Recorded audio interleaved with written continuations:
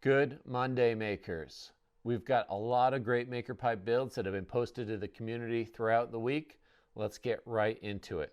The first one we've got is a build by Todd in Rhode Island, and they're making domes. I guess you would say they're outside dining igloos is how he describes them, and they're for some privacy while people are dining in public. And check this out. What they've done is they have created a structure that's mostly fiberglass, like think tent pole kind of material. And those are those white poles there. And the way that they interlace them and create this dome supports a vinyl and canvas enclosure. And then they have a EMT conduit ring that runs around the bottom that they attach all the fiberglass poles into. Really cool, amazing structure. And check this out. Here's some people dining with a little bit of privacy out in public.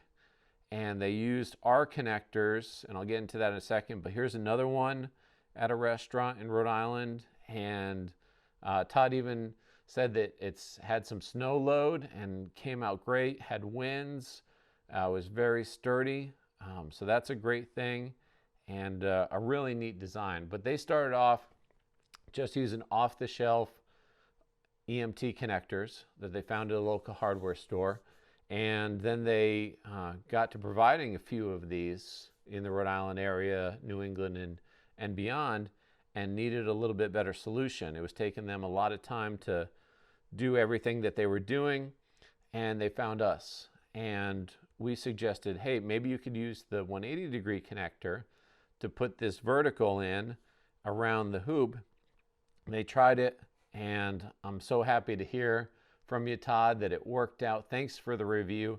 And if anyone wants to find out more information about them, go to oceanstateshields.com, and they've got some information on their website. But Todd, thanks so much for getting back to us with the review.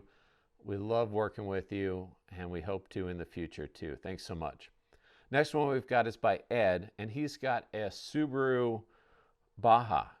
And it's not a common car, and he says that he has trouble finding accessories for it.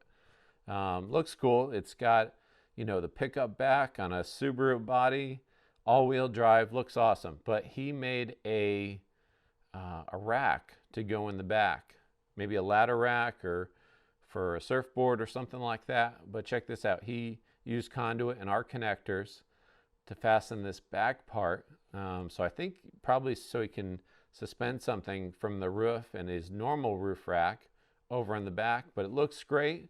I'm glad it worked out for you, Ed. Thanks so much for sharing. Really neat build and a neat car too.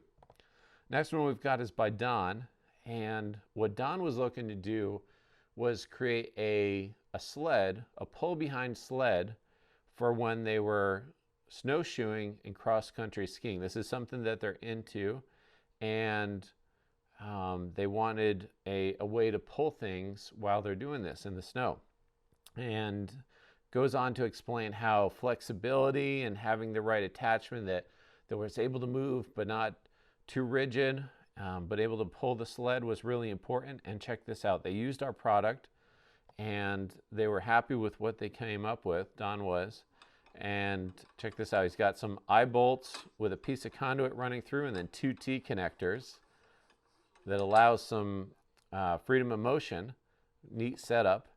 And then he's got some bolts running through, clevis bolts I think they're called, into a garden hose it looks like, and it just really neat job, Don. Awesome thing that you shared here. And I think there's a lot, maybe you can use this in your project, these kind of techniques. He's got a lot of interesting approaches to using conduit, our connectors, and other off-the-shelf items. So definitely check this out. It might help you on a future project. But Don, thanks so much for sharing. We love seeing it, and we're glad it worked out good for your pull-behind sled. Next one we've got is by Brian. You can check him out on Instagram at Sparkitect9. He's got some beautiful artwork that he does.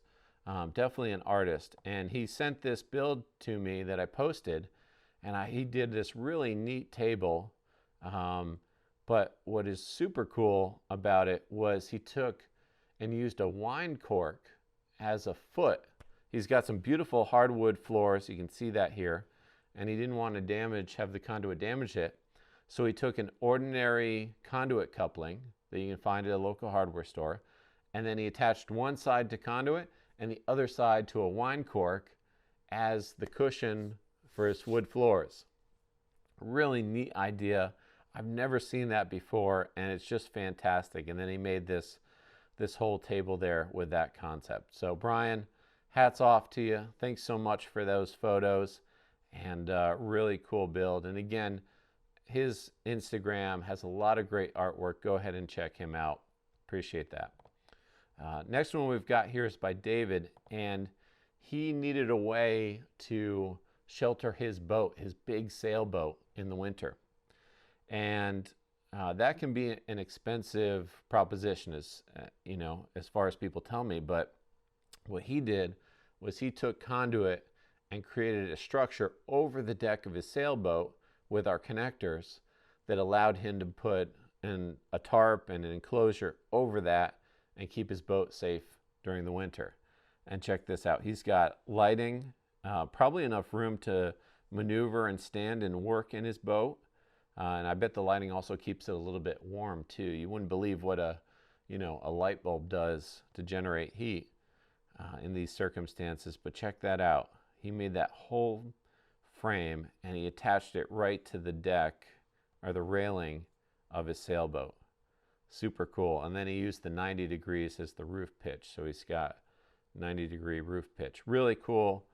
David, thanks so much for sharing. I know there's a lot of people that would be interested in this solution, because every winter we get a lot of requests that say, hey, I'm trying to figure out an economical way to winterize my boat, and your product looks interesting. So there's one example.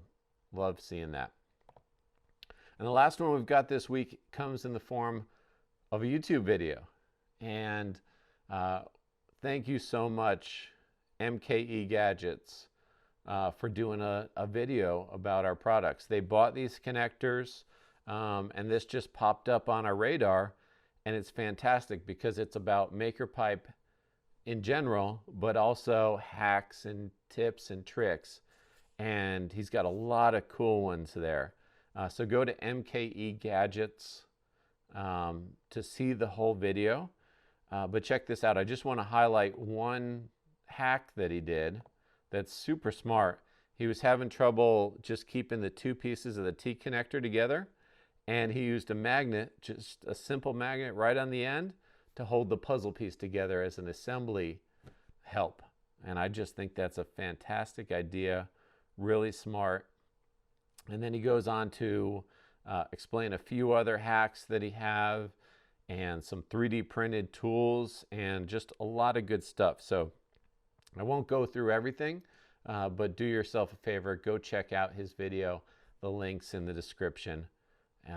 Really appreciate you doing that and doing the video. And I hear that he's got another one coming out. We've talked on the community a little bit, and really excited to see that one too. So those are the builds we've got for this week.